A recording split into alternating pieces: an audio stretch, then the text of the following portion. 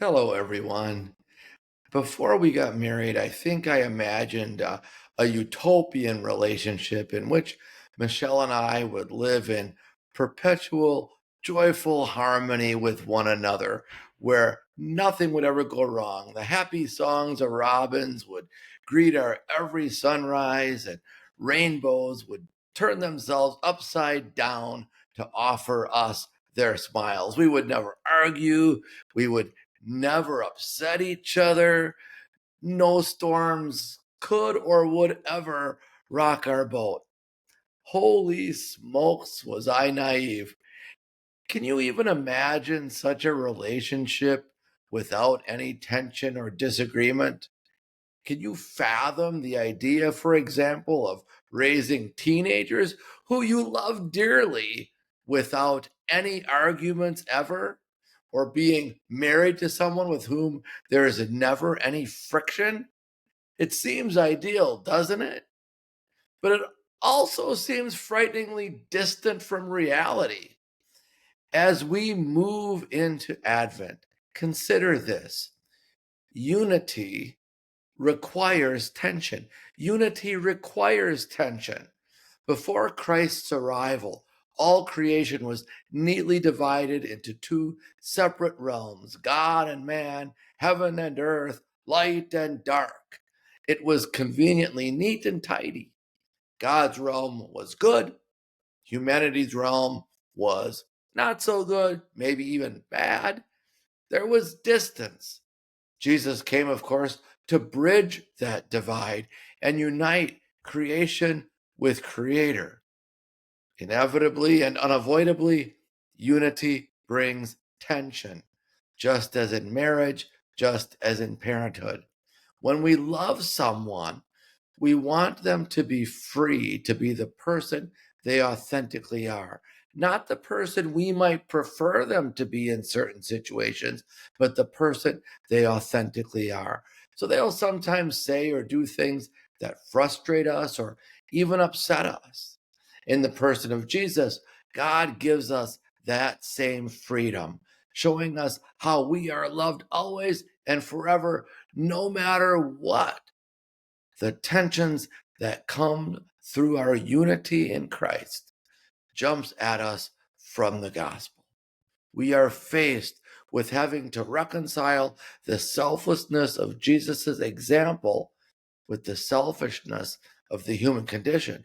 We wrestle with the tension between communion and individualism.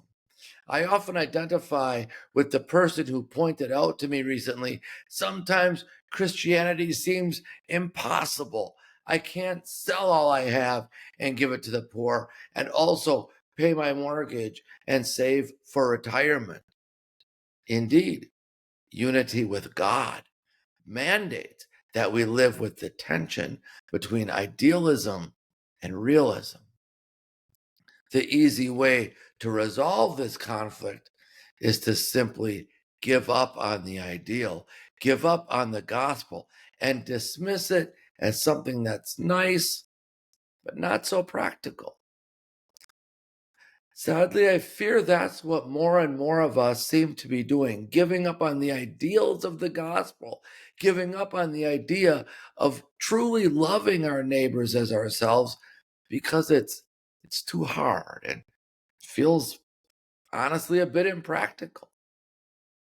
Jesus cautions us against this when he tells us to beware that our hearts do not become drowsy from the anxieties of life. Don't get tired and give up just because life is wrought with trials.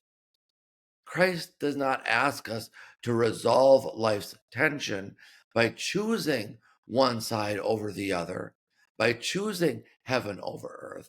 He asks us to reconcile the tension by living harmoniously with both. And yes, that's hard. It calls us to live in love right where we are, to live directionally rather than absolutely.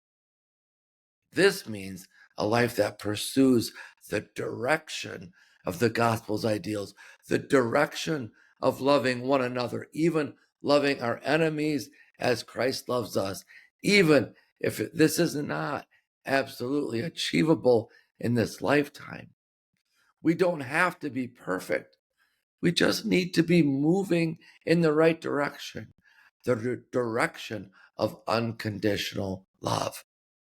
Advent gives us space to prepare for this anew, to make straight our paths toward full unity with God. May we pilgrim forward with joy in our steps, and may the promise of Christ's love rain down upon you. May the promise of Christ's love stir the heart within you. May the promise of Christ's love flow into the world through you. Peace be with you, my friends. Have a great week.